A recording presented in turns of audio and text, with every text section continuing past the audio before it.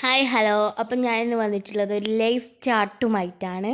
അപ്പം നമ്മൾ പലതരം ഫ്ലേവറിലുള്ള ലേസ് ഇവിടെ വെച്ചിട്ടുണ്ട് കേട്ടോ. ഇനി നമുക്ക് ഈ ലേസ് എല്ലാം ഈ പാത്രത്തിലേക്ക് പൊട്ടിച്ചിട്ട് കൊടുക്കണം കേട്ടോ. ഇനി നമുക്ക് ഈ ലേസ് എല്ലാം നന്നായി കുഴച്ചെടുക്കണം.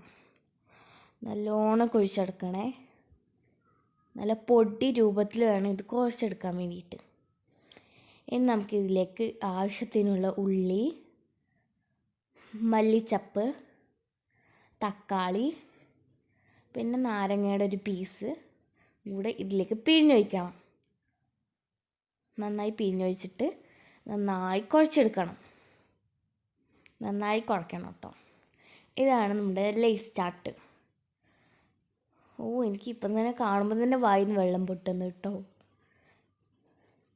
ഇനി നമുക്കിതൊന്ന് ടേസ്റ്റ് ചെയ്ത് നോക്കാം അല്ലേ. നല്ല അടിപൊളിയായിട്ട് ടേസ്റ്റ് ചെയ്ത് നോക്കണം. നമുക്ക് ടേസ്റ്റ് ചെയ്ത് നോക്കാം. Okay, super. എല്ലാവരും ഇത് ട്രൈ ചെയ്ത് നോക്കണേ.